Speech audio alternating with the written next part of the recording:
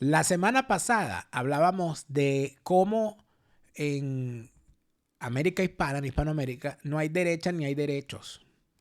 Y adornábamos la portada de ese programa, la miniatura, con una foto de Bukele. Y muchísima gente escribía y decía, pero no hablaron de Bukele. ¿Cuándo hablaron de Bukele? A mí en realidad no me gusta mucho hablar de payasos, ¿no? Porque me parece, ni me gusta estar también entrando en temas de tendencia. Ay, no, porque no, hay que hablar de Bukele porque necesitamos un Bukele en Venezuela. Entonces vamos a hablar de Bukele. Pero creo que es interesante revisar el asunto con detenimiento porque en efecto ya ha quedado lo suficientemente claro que lo de Bukele termina siendo un espantapájaro más dentro de esta gran plantación en la que se ha convertido Hispanoamérica. De eso vamos a hablar hoy en La Ñapa, en Fuera de Orden, con Neomar Hernández.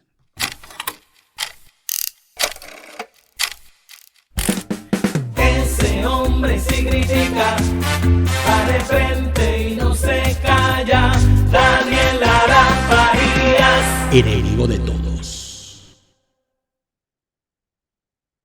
Fuera de Orden, crónica de la desgracia nacional e internacional. Plomería informativa, arqueología, paleontología, zoología, parasitología, infectología, coloproctología, nacional e internacional. Si usted es de los peores ciegos, que son los que no quieren ver, tenemos oftalmología politiquera. Si es de los peores sordos, que son los que no quieren escuchar, tenemos otorrinolaringología politiquera. Si usted ha visto por ahí a un politiquero con el efecto Nicole Kidman en Los Otros, que andan por ahí caminando creyendo que está vivo y en realidad está muerto, le toca medicina forense politiquera para que lo terminemos de enterrar. Las ovejas están en peligro porque los lobos se han disfrazado y se han colado en el rebaño. Por eso tenemos odontología politiquera para lijarle esos dientes y que no se coman a las ovejitas. Pero por supuesto, si usted ha visto por allí un caretabla, con esa caretabla obsoleta, desvencijada, apolillada, periclitada, mohosa, asquerosa, bueno, aquí tráigalo para el aserradero politiquero. Que aquí lo limamos, la sellamos, la barnizamos, la contraenchapamos, la pulimos y sobre todo la exponemos. Gracias por estar de vuelta como todos los días a su canal favorito. Daniel Lara Farías presenta hoy un nuevo estreno de Fuera de Orden. Recuerden que los sábados y los domingos estrenamos a las 12 del mediodía. Y de lunes a viernes estamos a las 8 de la noche. Siempre en hora Venezuela y siempre aquí en su canal YouTube. Daniel Lara Farías presenta. Gracias por suscribirse al canal. Gracias por darle me gusta al video. Gracias por compartirlo en sus redes. Y gracias por activar las notificaciones. Todos estos contenidos son posibles gracias al apoyo que nos brindas en Patreon. Patreon.com/DelaraF. Patreon.com/DelaraF. Ya hemos tenido Rocola de la Vida, el podcast Delirio sobre los chimbos. Ya hemos tenido el programa especial Viéndolo Bien. Ya hemos tenido el programa especial A Donde Fueres. De todas esas cosas hemos estado en estos días. Así que la suscripción en Patreon, por supuesto, tiene grandes recompensas. La principal es seguir colaborando para realizar todos estos contenidos. Estamos en Facebook. Síganos en Facebook de Lara FTV, en Facebook Daniel Lara Farías, en Facebook. Allí también tenemos los programas para quienes les molesta ver el programa en YouTube porque la publicidad, la cosa, lo pueden ver en Facebook sin ningún problema. Al día a las 12 del mediodía se estrena en Facebook igualmente. Así que bueno, por ahí también seguimos el debate, por ahí se comunican. Chavista que entra y se deja ver, chavista que lo caen a palo en los comentarios. Como todos los días les saluda Daniel Lara Farías, plomero informativo, enemigo de todos. Y seguimos. Ya se encuentra con nosotros el señor Neomar Hernández. Neomar Hernández, bienvenido. Neomar, ¿dónde está la gasolina? ¿Cómo está, ilustre, la ¿Dónde está la gasolina? gasolina? Yo no sé dónde está. Los que sí saben dónde está es Radar Gasolina. Muy bien. Descargue ya Radar Gasolina en su dispositivo celular Android o iOS. No es que se dice en inglés, iOS en español, castellano.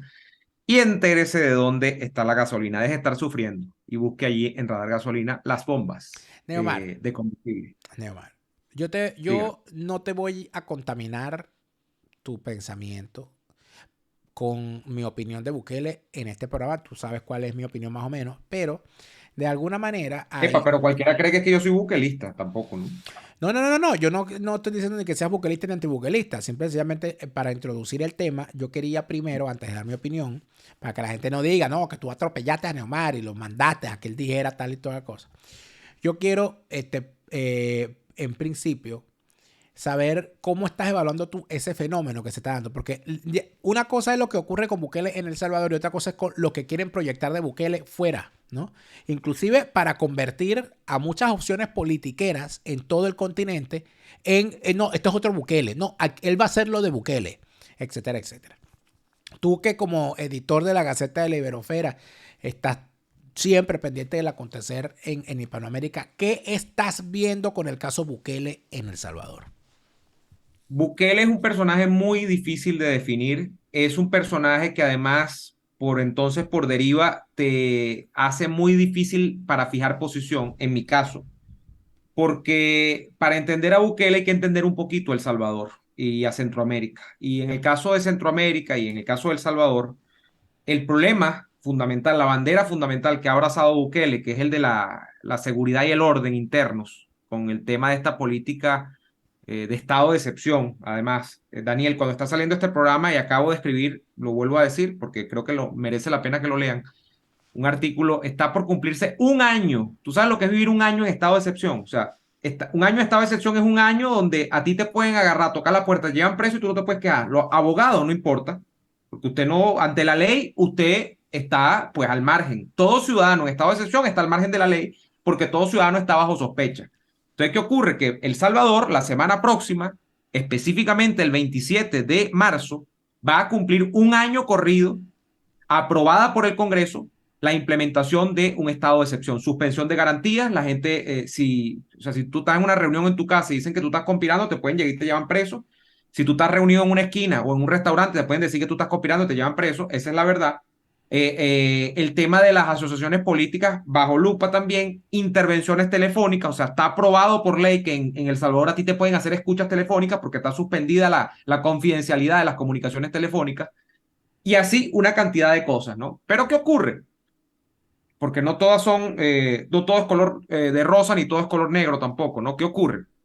En El Salvador, evidentemente hay un problema por décadas de grupos, pandillas, sobre todo las llamadas pandillas o maras salvadoreñas, que han dominado el escenario, incluso el escenario político. Hay gran influencia sobre el tema del narcotráfico, que genera, como tú bien lo sabes, grandes capitales, y eso ha controlado al establishment político salvadoreño, no ayer, sino antes de ayer. Eso se tiene mucho tiempo. ¿Qué ocurre? Que si tú te ves la cosa así, de que dices hay un gran problema, ¿cómo lo solucionas? Probablemente vas a tender a compatibilizar con la solución que está aportando Bukele en ese sentido, que es una solución drástica de mano dura, donde se ha puesto preso a más de 60.000 supuestamente pandilleros. No sabemos si todos son pandilleros, pero probablemente muchos de ellos sí lo sean. Y eso te va a llevar, bueno, a que si tú quieres solucionar un problema, Daniel, obviamente vas a tener que decir, bueno, este problema hay que solucionarlo y la solución tiene que ser tajante. Yo en eso no difiero ni un momento. Lo que ocurre es que, y por eso digo que es tan difícil de evaluar el señor Bukele, lo que ocurre es que esta medida te deja campo abierto para que Bukele haga lo que le dé la gana. De hecho, una de las primeras cosas que pueden calificar como lo que le dé la gana es que precisamente Bukele no tenga contención en el gobierno y segundo, que se quede en el cargo hasta que le dé la gana. Y eso está abierto en este momento donde Bukele va a volver a ser candidato. Un Bukele que tiene una aprobación altísima, supuestamente, dentro del Salvador, y probablemente va a ser presidente otra vez y no sabemos hasta cuándo. Entonces, ¿qué ocurre? ¿Cómo lo estoy evaluando? Lo estoy evaluando desde un punto de vista en el que no fijo posición a favor o en contra de Bukele, pero donde lo que sí hago es explicar más o menos lo que yo estoy viendo y fijar las prevenciones del caso, que son en este asunto la permanencia probable de Bukele en ese cargo por mucho más tiempo, el uso arbitrario del poder y una realidad que nos guste o no, Daniel, es muy compleja de atenazar, como es la realidad de las pandillas criminales en Ecuador. Te podría complementar diciéndote que he hablado con gente que estuvo en el Ecuador, en El Salvador. He hablado con gente que estuvo allá. He tenido acceso a gente que incluso participó de alguna manera, mira lo que te estoy diciendo, en el gobierno, en el diseño de las políticas de Bukele. Tú sabes por dónde vienen las cosas, pero ya esta gente no está, o sea, no te creas que son los de Voluntad Popular. Es gente venezolanos que estuvieron allá porque Bukele se rodeó de un gran grupo de venezolanos y me dicen, no te creas todo lo que ves. Estas personas me han dicho, Bukele, la mitad de Bukele es un empaque publicitario. O sea, ese tema de la disminución de los índices de criminalidad, sí, es verdad, se ha dado, pero no quizá con la espectacularidad que se ha dicho. Y Bukele es un tipo además muy hábil que sabe en la época en la que está cabalgando, que es la época de la información.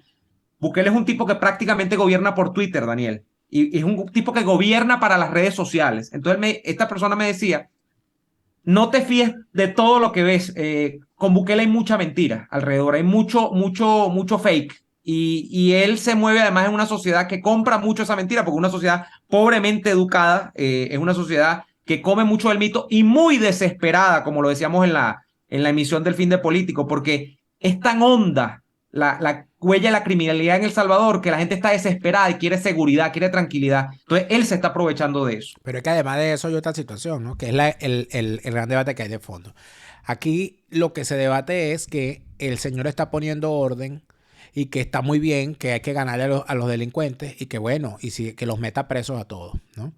Ahora, cuando se dice esto, nunca se va al tema ideológico, sino que se dice, no, si el tipo va a meter presos a los delincuentes, que los meta presos a todos. Pero, ¿por qué lo han agarrado de referencia los que dicen ser de derechas? Los que dicen ser liberales, los que dicen ser conservadores? ¿Por qué han agarrado a Bukele de referencia si una cosa no tiene que ver con la otra? Meter preso a los delincuentes es algo que hay que hacer en cualquier país del mundo con ley y con orden y con justicia. Totalmente. Pero no, porque entonces los derechos para la gente, los derechos humanos son para los humanos y los delincuentes que no se comporten tal, no sé qué. O sea, esa vieja discusión que al final lo que termina es para hacer titulares y para hacer demagogia, pero que al final no le llega a la nevera a nadie ni le resuelve los problemas a la gente. Hay una gran situación allí en El Salvador y en toda Centroamérica que viene siendo derivada, número uno, de los grandes temas de una población campesina en unos países con grandes latifundios. En segundo lugar, todo lo que significó la promoción de las guerras de guerrillas en esa región por los malditos soviéticos, los malditos cubanos, y además de eso, la respuesta poco acertada y muy mal manejada por parte de los Estados Unidos, que al final, en vez de promover el combate a la guerrilla, al final lo que terminó mandando ahí fue el famoso aparato industrial militar que llenó y pobló toda Centroamérica de armas de todo tipo, de regímenes militares sanguinarios y de mercenarios de todo tipo y de todo color. Y de todo eso terminan surgiendo las maras. De la situación de violencia, de la situación de desamparo social, de la situación de la gran cantidad de combatientes y excombatientes que quedaron por ahí realengo. Estamos hablando de decenas de miles de hombres en armas, de la cantidad de armas que quedaron y además de eso, de la costumbre de resolver los problemas por las armas. Como me decía una persona estos días que me intentaba explicar un poco el tema de la raigambre violenta que siempre que se dice, ¿no? Y lo que llaman de mala leche que hay siempre en el País Vasco. Entonces alguien me decía, bueno, pero es que un vasco podría decirte, no, cualquier cosa, esto lo podemos hablar, ¿no? Pero cualquier cosa, si no nos ponemos de acuerdo, bueno, nos caemos a golpes o a tiros, lo que salga. Entonces es como un chiste, ¿no? Pero de alguna manera te habla de lo que es la cultura de violencia que puede haber en determinados sitios y en el caso de Centroamérica es así. En El Salvador la ley del más fuerte termina entonces siendo la que determina y de ahí es donde vienen las maras, creo yo. Entonces, en medio de toda esta cosa, no estamos viendo en efecto que Bukele termina siendo una simple consecuencia de todos estos años de desbarajuste social en Centroamérica y que en El Salvador no podía ocurrir una cosa distinta a que llegara otra vez un personaje ofreciendo mano dura, ofreciendo orden y además de eso amenazando con quedarse en el poder para siempre.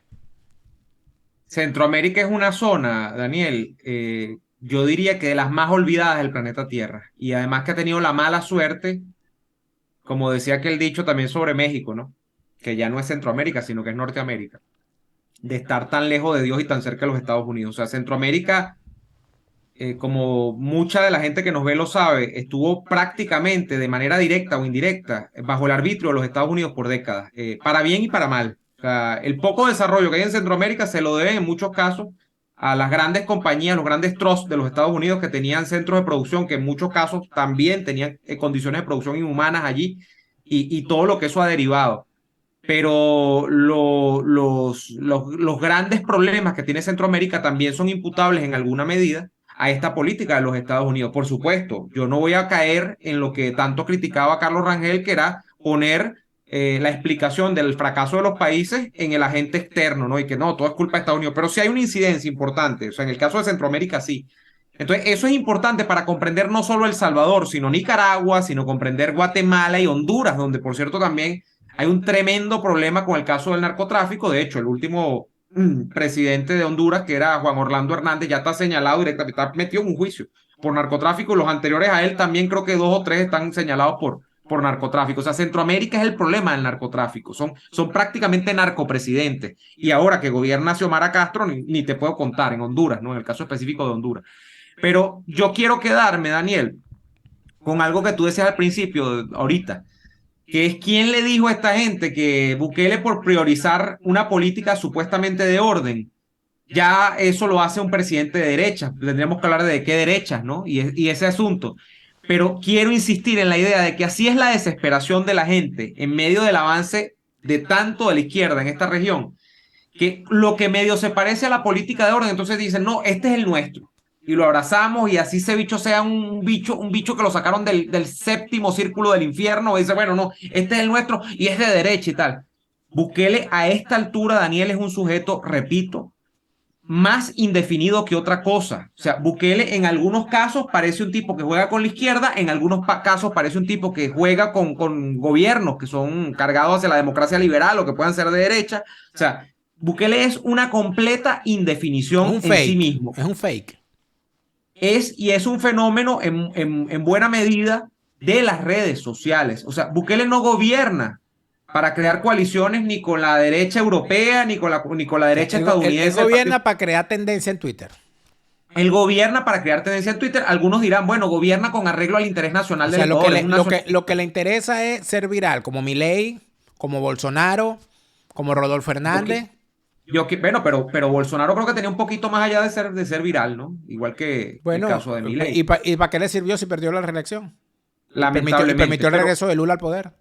Lamentablemente, pero en el caso de Milei, entonces habrá gente que te diga, de Milei no, de Bukele, habrá gente que te diga, no, bueno, el gobierno es para El Salvador miren, cuando tú tienes la política que ha tenido Bukele en los últimos meses, que es prácticamente de abrirse de piernas con China, yo estoy lejos de creer que sea una política que vaya a conducir a que El Salvador sea cada vez más soberano. Si no, les podemos echar un cuento en Venezuela, ¿no? Lo que pasa es que este es un tipo tan contradictorio que mientras hace eso, se pelea con Petro. Entonces, ahí está, confrontando a la izquierda. ¿Qué coño va a estar confrontando a la izquierda, vale? O sea, él sabe que... ¿Y por dónde prende la pelea? ¿A través de un comunicado de prensa? ¿A través del camino diplomático? No.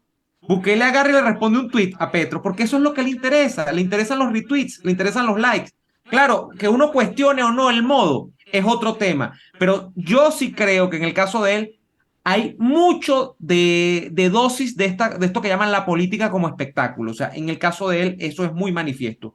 Y repito, mi aprehensión, ya cuando sé que nos tenemos que ir porque el tiempo está contado, mi gran problema o mi gran temor con el caso del señor Bukele es que estoy convencido de que Bukele llegó para quedarse, de que Bukele le va a costar mucho dejar el poder. Tiene muchas cosas a favor. Un alto índice de popularidad, está jojotico, lo que tiene son 40 años. Tiene un gran hambre y ansia de poder y de protagonismo no solo local, sino mundial. Y además tiene todo un entorno institucional a favor. Tiene los tribunales, la Corte Suprema la tiene a favor, el Congreso lo tiene súper a favor, todos los poderes del Estado, las policías, el ejército, tiene todo a favor. O sea, Bukele no tendría, en el entendido de cosas de un latinoamericano que gobierna promedio, por qué irse del poder. Ese tipo llegó para quedarse, Daniel. Ese tipo llegó para quedarse. Bueno, yo no sé, porque lo mismo decía Chávez y se murió y no vuelve. Nosotros sí volvemos. Nosotros sí lo retiraron. Se murió y no volverá. Con nosotros sí volvemos en el próximo Fuera de Orden y en la próxima ñapa para la semana que viene. Hasta entonces. Se lo repite Lara Farías. Chávez se murió y no vuelve. No te deprimas, siente alegría. Escucha bien lo que te estoy diciendo. Te lo repite Lara Farías. Chávez está